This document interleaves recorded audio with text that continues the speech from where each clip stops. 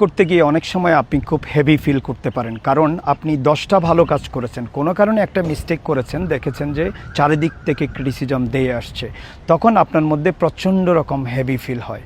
কিন্তু একটা জিনিস আমি আপনাকে জানিয়ে দিতে চাই, ক্রিটিসিজম খুব দ্রুত আসে কিন্তু অ্যাপ্রিসিয়েশন আসে খুব আস্তে আস্তে।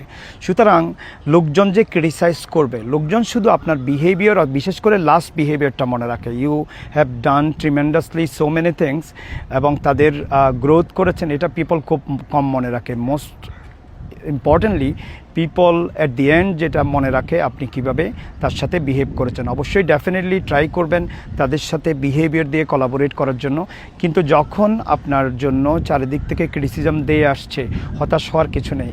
এটা জগতের নেচার যে ক্রিটিসিজম খুব দ্রুত আসে, নেচার এবং অ্যাপ্রিসিয়েশন খুব আস্তে আস্তে আসে। এবং এই জন্য আপনি যখন হেভি ফিল করেন তখন ওই ক্রিটিসিজমটাকে কমপ্লিটলি মাথা থেকে বের করে দিয়ে ওখান থেকে কী শিখেছেন সেই লেসনটা নিয়ে এগিয়ে যান, দেখবেন আপনার গ্রোথ আর কেউ ঠেকাতে পারবে না। This is your leadership coach Akbar Hussain from Colombo, Sri Lanka.